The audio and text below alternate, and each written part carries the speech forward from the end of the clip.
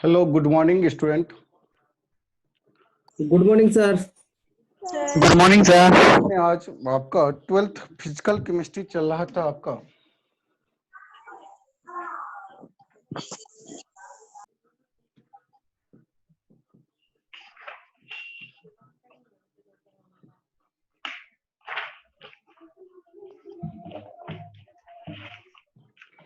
इसमें colligative properties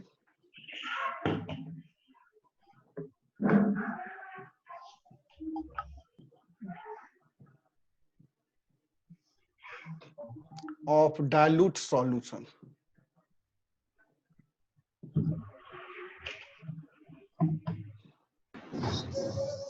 colligative properties of dilute solution, इसके बारे में स्टडी करेंगे हम।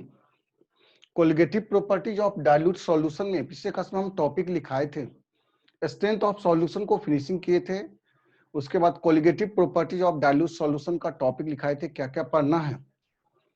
आज स्टार्ट करेंगे colligative properties of dilute solution, जिसमें पहला हम दिए थे कॉन्सेप्ट ऑफ वेपर प्रेशर।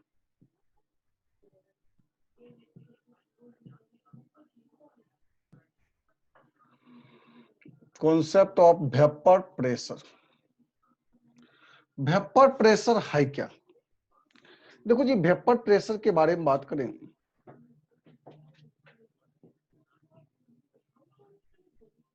पहले तो ये समझिए वेपर है क्या। तो कहेंगे लिक्विड को अगर हीटिंग करते हैं तो वो वेपर में कन्वर्ट होता है।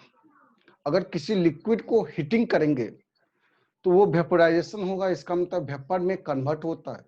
और उसके द्वारा जो प्रेशर एग्जर्ट होता है कंटेनर के वॉल पे, उसी प्रेशर को हम कहते हैं वेपर प्रेशर। वेपर प्रेशर को अगर डिफाइन करना है तो कहेंगे the pressure exerted by vapour of liquid at constant temperature is known as vapour pressure. Constant temperature पे किसी लिक्विड के द्वारा जो वेपर का प्रेशर एग्जर्ट होता है, जब लिक्विड को हीटिंग करते हैं कांस्टेंट टेम्परेचर पे, तो वो लिक्विड वेपर में कन्वर्ट होता है। और वेपर में कन्वर्ट होने के बाद जो प्रेशर एग्जर्ट करता है कंटेनर के वॉल पे, उसी प्रेशर का नाम होता है वेपर प्रेशर। चलिए, तो वेपर प्रेशर को अगर डिफाइन करना है, जिसको शॉर्ट फॉर्म में वीपी कहते हैं, vapour pressure. The pressure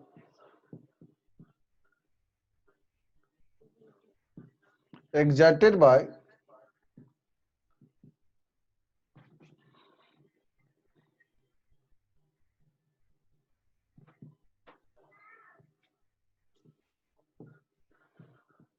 vapor of liquid. Good morning Vapor of sir. liquid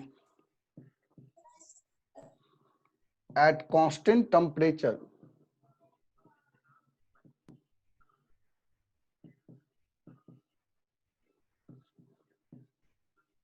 good morning known sir. as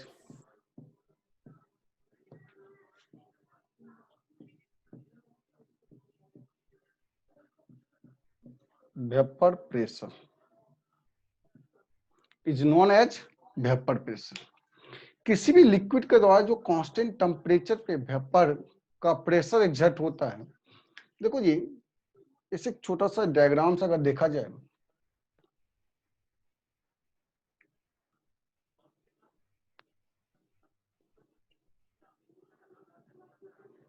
जब भी वेपर प्रेशर को मेजरमेंट करेंगे क्लोज कंटेनर, ये हमारा क्लोज कंटेनर है,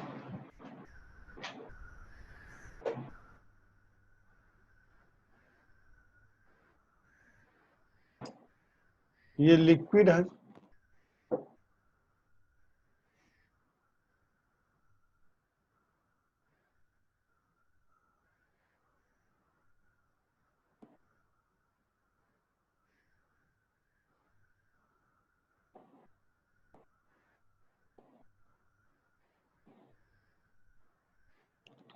अब इसको हीटिंग जब करेंगे लिक्विड को, तो ये लिक्विड वेपर में कन्वर्ट हुआ।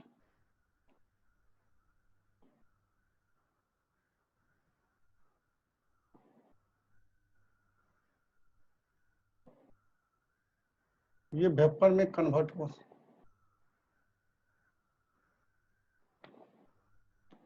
इसका मतलब ये हमारा वेपर है।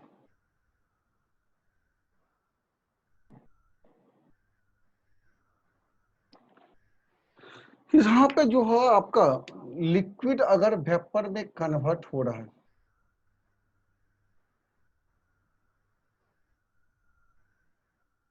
इसको कहते हैं ई वेपोराइजेशन।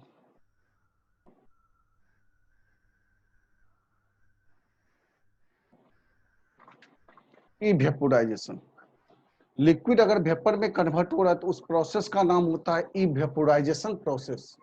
पुनः वेपर अगर लिक्विड में कन्वर्ट होगा, इसको हम कहते हैं कंडेंसेशन।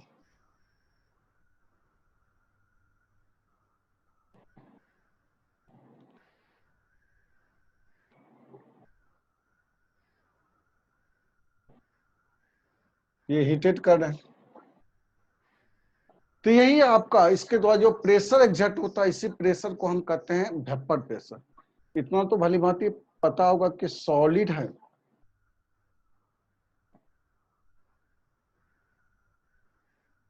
सॉलिड को अगर हीट करेंगे तो ये लिक्विड में कन्वर्ट होगा।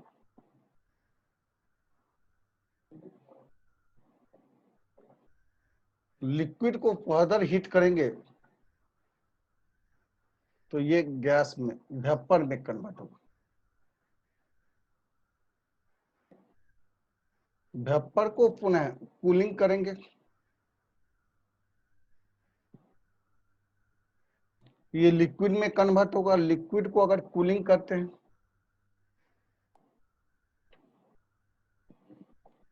तो ये हमारा सॉलिड में कन्वर्ट होता है। इसका मतलब लिक्विड से अगर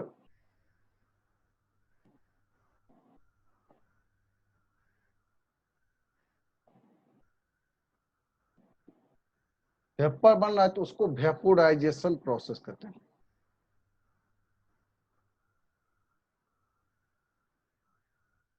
वेपोराइजेशन या ई वेपोराइजेशन।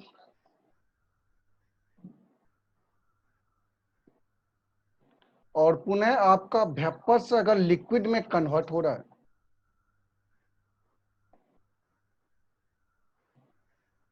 कंडेंसेशन। यानी लिक्विड से अगर वेपर बन रहा है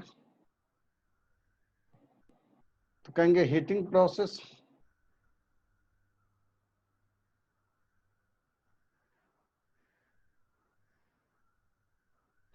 पुनः वेपर से अगर लिक्विड में कन्वर्ट होगा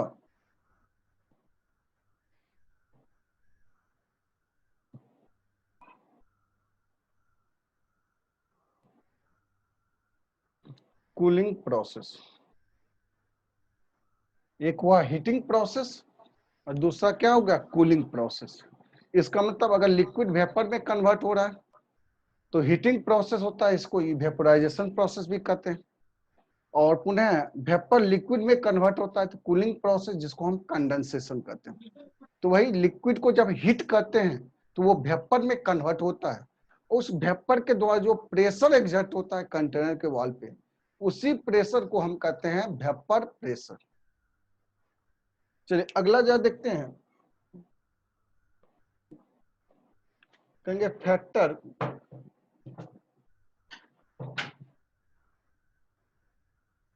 अफेक्टिंग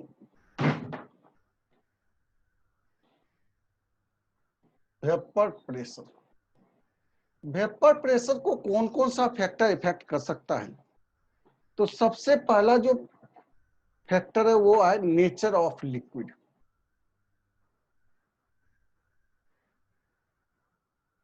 नेचर ऑफ लिक्विड,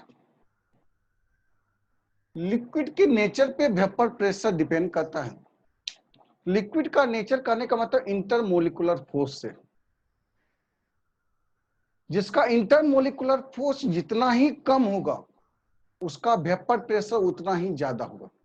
जैसे कहेंगे वाटर और पेट्रोल, दोनों लिक्विड ही हैं, लेकिन petrol more volatile nature show करता है, वेपर प्रेशर उसका ज्यादा होगा, किसके रिस्पेक्ट में? वाटर के रिस्पेक्ट में। इसके पीछे कॉज है कि पेट्रोल के बीच इंटरमोलिकुलर फोर्स क्या होगा? कम होगा, जबकि वाटर में इंटरमोलिकुलर फोर्स क्या होता है? ज्यादा होता है। जिसमें इंटरमोलिकुलर फोर्स ऑफ अट्रैक्शन जितना ज्यादा होगा, उसका वेपर प्रेशर उतना ही क्या होगा? कम होगा। इसका मतलब नेचर ऑफ लिक्विड करने का मतलब वेपर प्रेशर इनवर्सली प्रोपोर्शनल होता है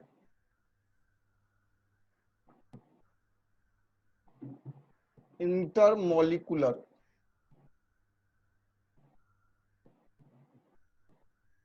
फोर्स।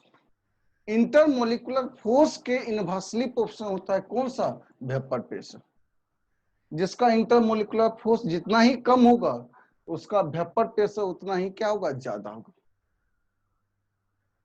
जैसे एक छोटा सा एग्जांपल लेते हैं, दो अलग अलग लिक्विड लेते हैं, लिक्विड ए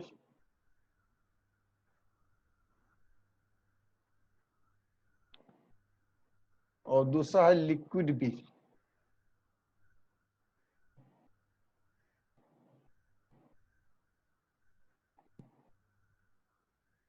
लिक्विड ए में ए और ए के बीच में इंटरमोलिकुलर फोर्स होगा। मान लेते हैं इसके बीच जो फोर्स ऑफ अट्रैक्शन है वो F1 मान लेते हैं। लिक्विड बी में बी और बी के बीच में फोर्स ऑफ अट्रैक्शन होगा, इसको मान लेते हैं F2। अब कहेंगे अगर टेम्परेचर दोनों का कांस्टेंट है, यहां टेम्परेचर अगर कांस्टेंट है, दोनों का टेम्परेचर सेम, किसका वेपर प्रेशर ज्यादा होगा, किसका वेपर प्रेशर कम होगा?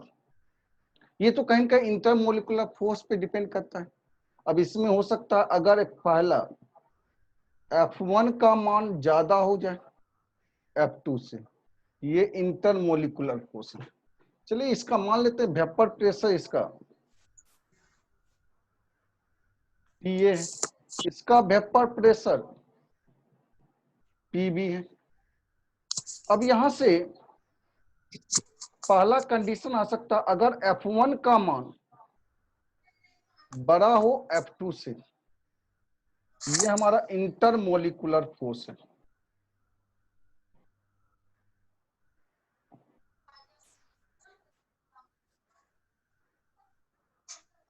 इंटरमोलिकुलर फोर्स है। अगर इंटरमोलिकुलर फोर्स F1 का मान बड़ा है F2 से, जिसका इंटरमोलिकुलर फोर्स बड़ा होगा उसका वेपर प्रेशर क्या होगा? कम होगा। इसका मतलब कि ऑब्वियसली होगा PA का मान कम होगा और PB का मान क्या होगा? ज्यादा होगा। ये हमारा वेपर प्रेशर।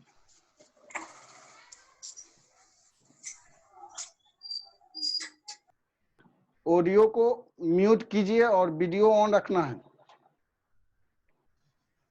चलिए तो ये हमारा वेपर प्रेशर। तो जैसे दूसरा देखो बी नंबर कंडीशन, अगर कहा जाए नहीं F1 का मान छोटा है और F2 का मान बड़ा है, तब उस केस में क्या होगा? तो जिसका फोर्स कम उसका वेपर प्रेशर क्या होगा? ज्यादा होगा, यानी PA का मान बड़ा हो जाएगा और PB का मान क्या होगा? छोटा हो जाएगा। तीसरा ये भी कह सकते हैं कि F1 और F2 अगर बराबर हो जाए, तब इंटरमोलिकुलर फोर्स बराबर है, इसलिए वेपर प्रेशर PA बराबर क्या हो जाएगा? PB। तो पहला जो फैक्टर है क्या कि नेचर ऑफ लिक्विड पे वेपर प्रेशर डिपेंड करता है, और नेचर ऑफ लिक्विड कहने का मतलब इंटरमोलिकुलर फोर्स से, जिसका इंटरमोलिकुलर फोर्स जितना ही कम होगा उसका वेपर प्रेशर उतना ही ज्यादा होगा। कहने का यह अर्थ हुआ कि कहीं आपका लिक्विड के बीच हाइड्रोजन बॉन्ड का फॉर्मेशन होता है, और कहीं आपका वंडरवाल फोर्स का अट्रैक्शन होता है। लिक्विड लिक्विड के बीच या तो हाइड्रोजन बॉन्ड बनेगा, या लिक्विड लिक्विड के बीच में वंडरवाल फोर्स ऑफ अट्रैक्शन होता है। तो Van der Waals force of attraction weaker force होता है with respect to hydrogen bond. अगर कहीं हाइड्रोजन बॉन्ड बन रहा है तो उसका वेपर प्रेशर कम होगा, और वंडरवाल फोर्स ऑफ अट्रैक्शन है तो उसका वेपर प्रेशर क्या होगा? ज्यादा होगा। चलिए जल्दी से इसको स्क्रीनशॉट ले लो।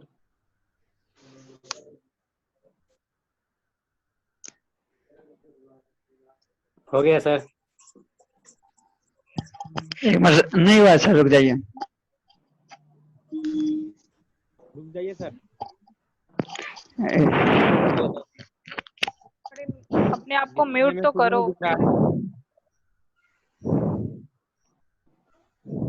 हो गया? नहीं सर, नहीं हुआ। यस सर, हो गया।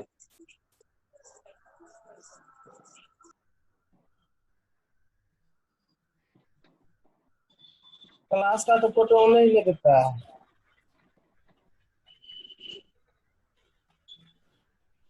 सारे स्टूडेंट का हो चुका है? हो गया है। चलिए एक बार फिर से देख लो क्या कर रहे थे, एक बार फिर से हम समझाते हैं। देखो 12th में फिजिकल केमिस्ट्री में आपका सॉल्यूशन चैप्टर पढ़ रहे हैं। सॉल्यूशन चैप्टर में colligative properties of dilute solution के बारे में चर्चा करें। Colligative properties of dilute solution में पहला कॉन्सेप्ट आता है concept of vapour pressure. Vapour pressure का कॉन्सेप्ट है और लंबा चौड़ा इस पे काम करना है वेपर प्रेशर पे। दूसरा सेक्शन में ऑस्मोटिक प्रेशर पे ऑस्मोसिस के बारे में कॉन्सेप्ट देखेंगे। तीसरा सेक्शन में आपका बॉइलिंग पॉइंट और फ्रीजिंग पॉइंट के बारे में देखेंगे। इसका मतलब overall colligative properties of dilute solution 3 section में बांटा गया है। पहला सेक्शन में वेपर प्रेशर के बारे में लंबा चौड़ा काम करेंगे, ढेर सारे लॉ के बारे में जानकारी लेंगे और ढेर सारे टर्म के बारे में समझेंगे। दूसरा में आपका ऑस्मोटिक प्रेशर, उसी से कोरिलेटेड ढेर सारे टर्म के बारे में जानकारी लेंगे। और तीसरा में आपका बॉइलिंग पॉइंट और फ्रीजिंग पॉइंट के बारे में देखेंगे। अभी पहला सेक्शन देख रहे हैं वेपर प्रेशर के बारे में, वेपर फेज के वेपर प्रेशर के बारे में। वेपर प्रेशर है क्या?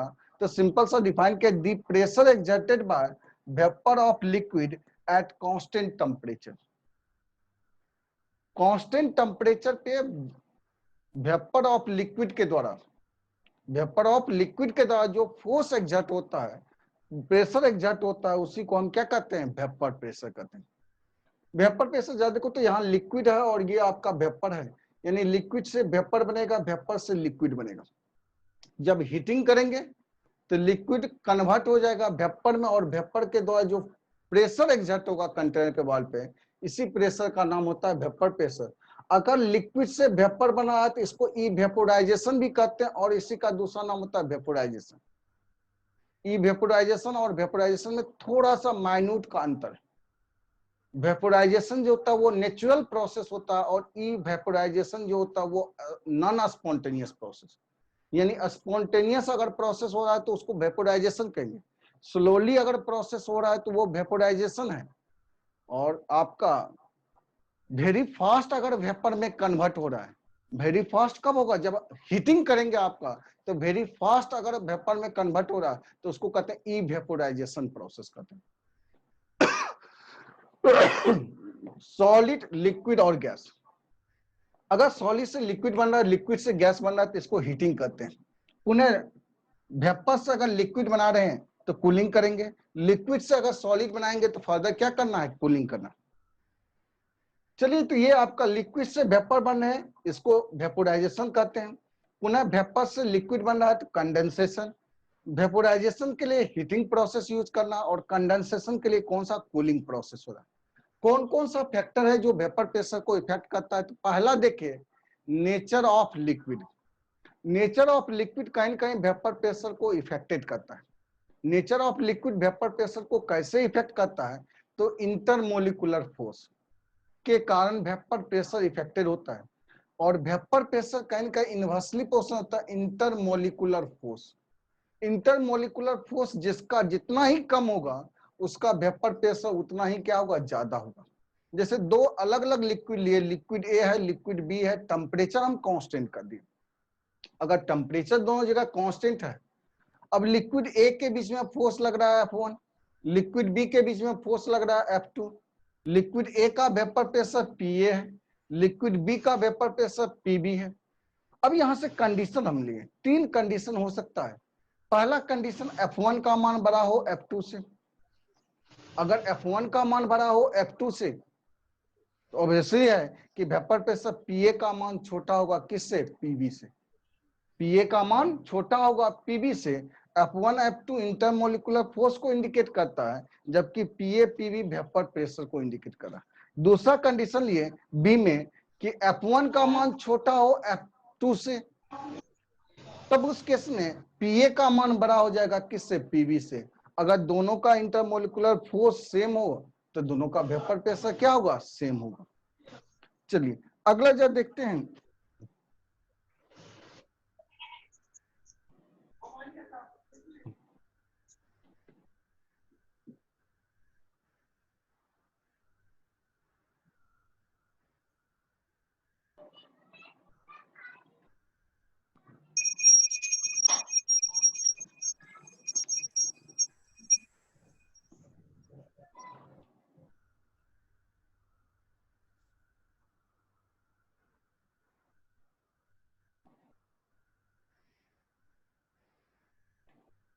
दूसरा फैक्टर है टेम्परेचर।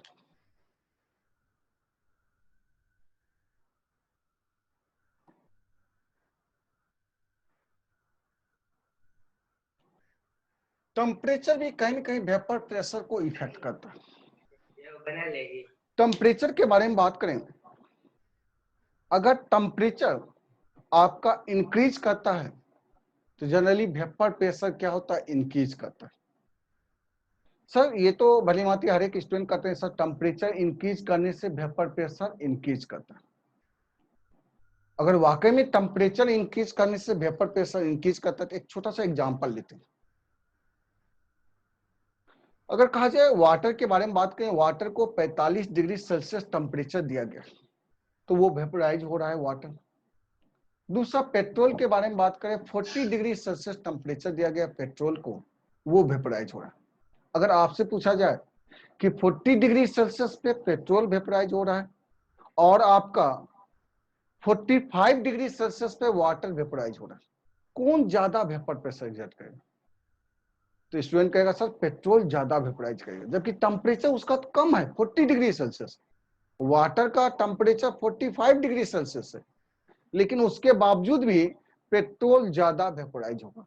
तो याद रखना ऑलवेज कि टेम्परेचर फैक्टर तभी यूज करेंगे जब नेचर ऑफ लिक्विड सेम है। अगर नेचर ऑफ लिक्विड सेम है तब उस केस में वेपर प्रेशर डायरेक्टली प्रोपोर्शनल होता है किसका, टेम्परेचर। टेम्परेचर इंक्रीज करने से वेपर प्रेशर इंक्रीज करेंगे, लेकिन इसके लिए कंडीशन है कि if nature of liquid same,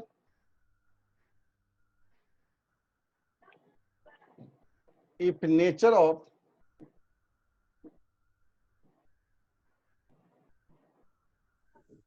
liquid same, then vapor pressure directly proportional होता है टेम्परेचर। उस केस में वेपर प्रेशर डायरेक्टली प्रोपोर्शनल होता है क्या, टेम्परेचर का, लेकिन कंडीशन है नेचर ऑफ लिक्विड सेम होनी चाहिए। मतलब दोनों वाटर ही लिया गया, एक का टेम्परेचर है 40 डिग्री सेल्सियस, दूसरे का टेम्परेचर 40.2 डिग्री सेल्सियस, तो कहेंगे ऑब्वियसली 40.2 डिग्री सेल्सियस जो होता है वो ज्यादा वेपराइज होगा with respect to 40 degree Celsius में, क्योंकि माइन्यूट टेम्परेचर डिफरेंस है। लेकिन माइन्यूट डिफरेंस के कारण भी वेपर प्रेशर क्या हुआ, चेंज करेगा, क्योंकि नेचर ऑफ लिक्विड क्या है, सेम है। तो याद रखना टेम्परेचर तभी यूज करेंगे जब नेचर ऑफ लिक्विड सेम रहेगा। नेचर ऑफ लिक्विड अगर डिफरेंट रहेगा तो पहले नेचर ऑफ लिक्विड को कंसीडर करेंगे, उसके बाद टेम्परेचर को कंसीडर करते हैं। तो टेम्परेचर डायरेक्टली प्रोपोर्शनल होता है किसका, वेपर प्रेशर का, जबकि इंटरमोलिकुलर फोर्स इनवर्सली प्रोपोर्शनल होता है वेपर प्रेशर का। चलिए अगला जो देखते हैं, तीसरा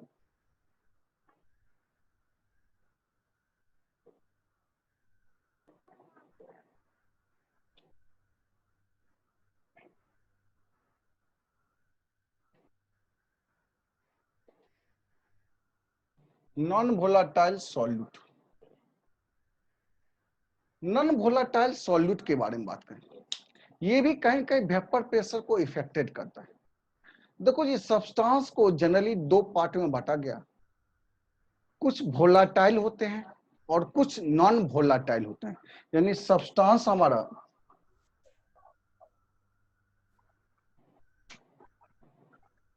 दो सेक्शन में बांटा गया सब्सटेंस को, कुछ वोलाटाइल है, कुछ हमारा नॉन वोलाटाइल।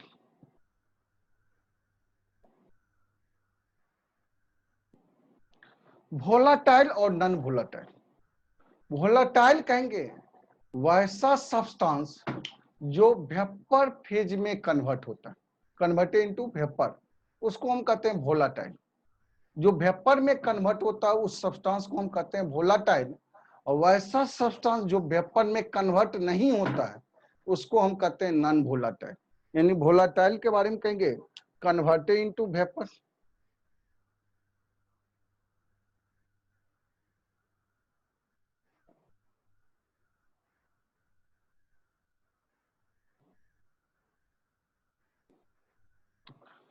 और ये कहेंगे does not converted into vapour.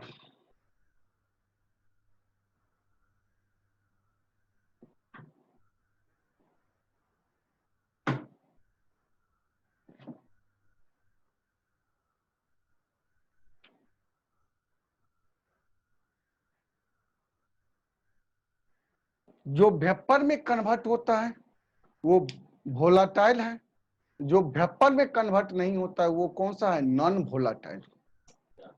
इसका मतलब वोलाटाइल सब्सटेंस वेपर में कन्वर्ट होता है। जैसे कुछ एग्जांपल्स अगर देखा जाए वोलाटाइल और नॉन वोलाटाइल के बारे में बात करें, एग्जांपल में जैसे आपका NaCl साल्ट, यूरिया,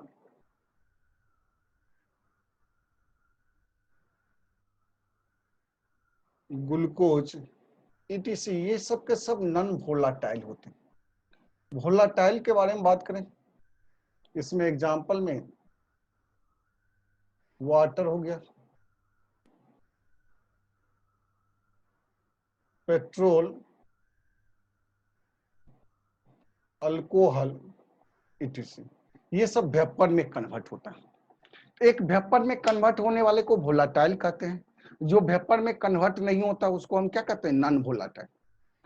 अगर नॉन वोलाटाइल सब्सटेंस को एडिंग करेंगे, नॉन वोलाटाइल सब्सटेंस को एडिंग करते हैं तो वेपर प्रेशर डिक्रीज करता है due to increase intermolecular force of attraction.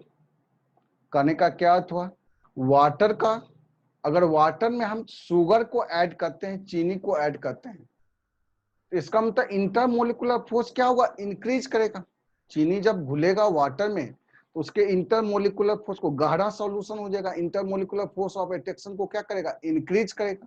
जब intermolecular force of attraction increase करता है तो वेपर प्रेशर क्या होगा, डिक्रीज करेगा। यानी नॉन वोलाटाइल सॉल्यूट को ऐड करने पे वेपर प्रेशर डिक्रीज करता है, इसके पीछे कॉज है इंटरमोलिकुलर फोर्स क्या होता है, इंक्रीज करता है। तो कहीं कहीं नॉन वोलाटाइल सॉल्यूट भी वेपर प्रेशर को इफेक्टेड करता है। By the adding of non volatile substance, by the adding of non volatile substance, by the adding of non-volatile substance, vapor pressure decreases due to increase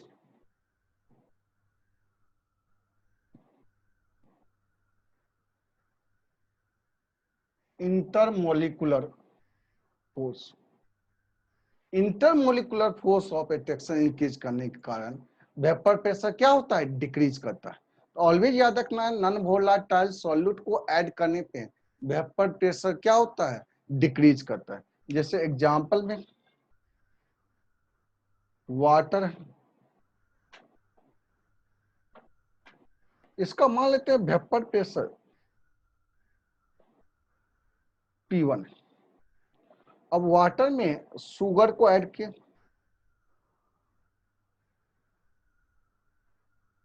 अब यहां से sugar solution बना,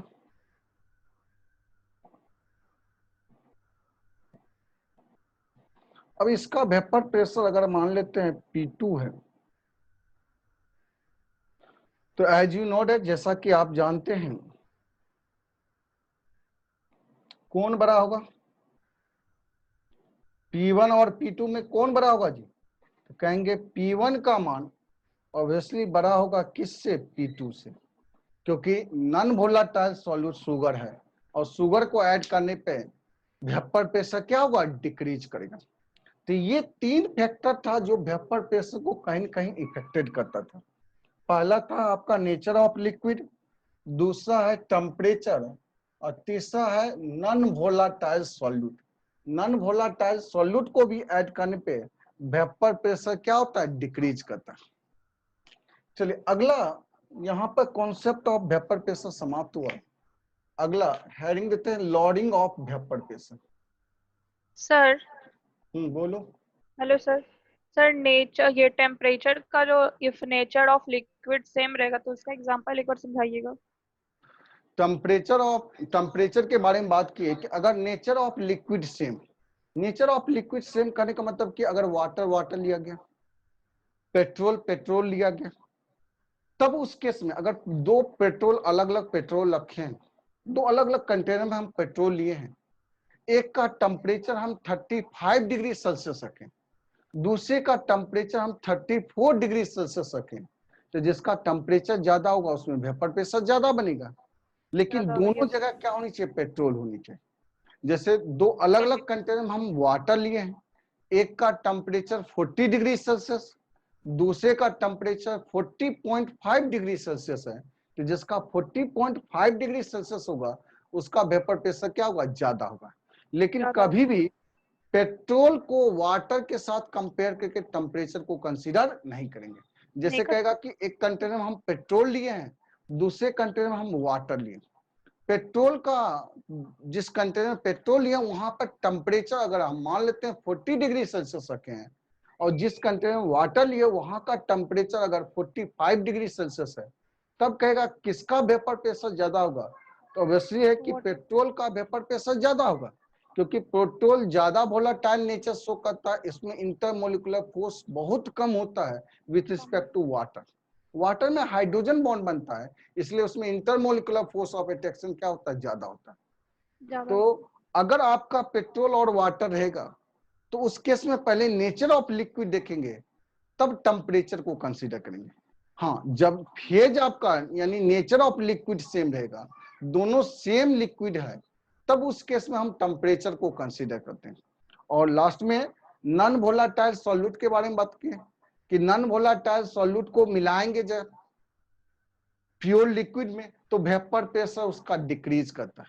क्यों decrease करता है, क्योंकि इंटरमोलिकुलर फोर्स ऑफ अट्रैक्शन क्या होता है, बढ़ जाता है। जैसे वाटर में आप यूरिया को मिला दीजिए, वाटर में आप नमक को मिला दीजिए, वाटर में ग्लूकोज को मिला दीजिए, वाटर में शुगर को मिला दीजिए, तो इसका मतलब इंटरमोलिकुलर फोर्स बढ़ने के कारण उसका वेपर प्रेशर क्या होगा, डिक्रीज कर जाएगा। चलिए समझ में आ गया होगा। चलिए तो अगला क्या देखते हैं, lowering of vapour pressure. Loading of vapour pressure है क्या। लॉडिंग, देखो जी, लॉडिंग मतलब होता है डिक्रीज करना, इसी को डिप्रेशन भी कहते हैं, या तो लॉडिंग को या डिप्रेशन को इन वेपर प्रेशर में डिप्रेशन करना, नहीं कहते हैं, अक्सर डिप्रेशन का शिकार हो जाता है, मतलब कि मानसिक तनाव आ जाता है, डिक्रीजमेंट आ जाता है। और एलिवेशन मतलब होता है बढ़ना, एलिवेशन मतलब बढ़ना। लॉडिंग ऑफ वेपर प्रेशर कहेंगे कि जब प्योर लिक्विड में नॉन वोलेटाइल सॉल्यूट को मिलाते हैं तो वेपर प्रेशर डिक्रीज करता है, और जितना से डिक्रीज करेगा उसी को हम कहते हैं लॉडिंग ऑफ वेपर प्रेशर। याद रखना, प्योर लिक्विड में जब नॉन वोलेटाइल सॉल्यूट को मिलाते हैं तो वेपर प्रेशर क्या होता है, डिक्रीज करता है, और जितना से डिक्रीज करेगा उसी को हम क्या कहते हैं, लॉडिंग ऑफ वेपर प्रेशर, जिसको डेल्टा पी से भी इंडिकेट करते हैं। लॉडिंग ऑफ वेपर प्रेशर को हम इंडिकेट करेंगे डेल्टा पी से। चलिए तो डिफाइन कर देते हैं लॉडिंग ऑफ वेपर प्रेशर को।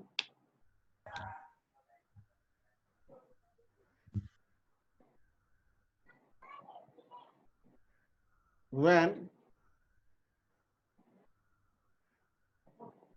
adding of non-volatile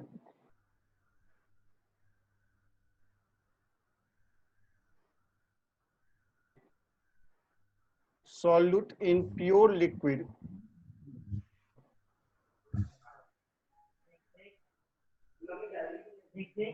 then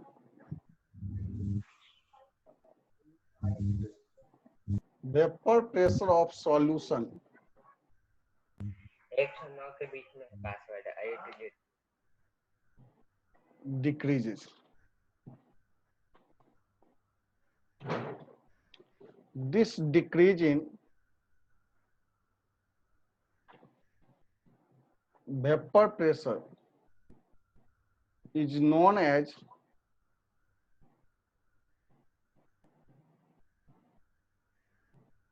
lowering of vapor pressure. जितना से वेपर प्रेशर डिक्रीज करता है उसी को हम क्या कहते हैं, लॉरिंग ऑफ वेपर प्रेशर कहते हैं। ये ध्यान रखना, lowering of vapour pressure, decrease in vapour pressure. चलिए इसको जल्दी से स्क्रीनशॉट ले लो।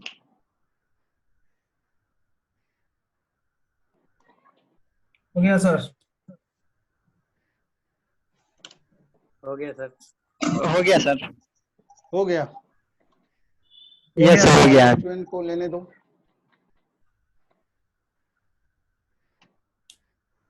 हो गया सर। सर फिर से समझा दीजिएगा सर, लॉरिंग वेपर प्रेशर।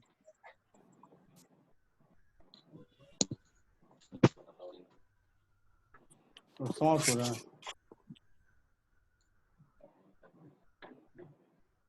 चलिए एक बार फिर से समझा देते हैं, लॉरिंग ऑफ वेपर प्रेशर के बारे में बात करें।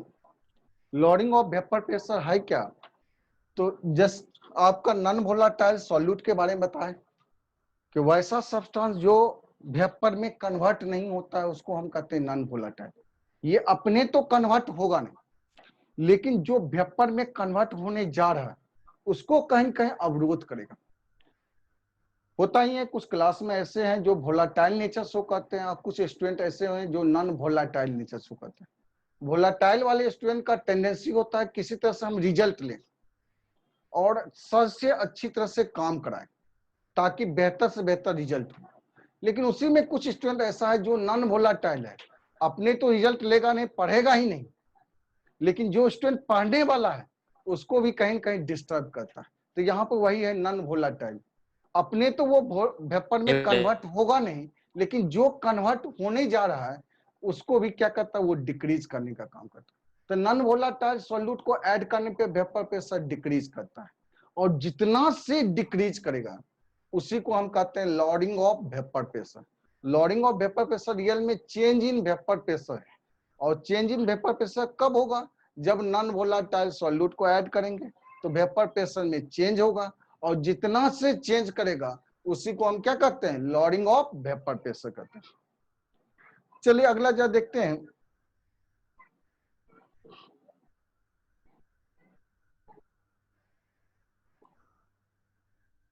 और बेहतर तरीके से समझना है लॉरिंग ऑफ वेपर प्रेशर को, तो एक छोटा सा डायग्राम बनाते हैं।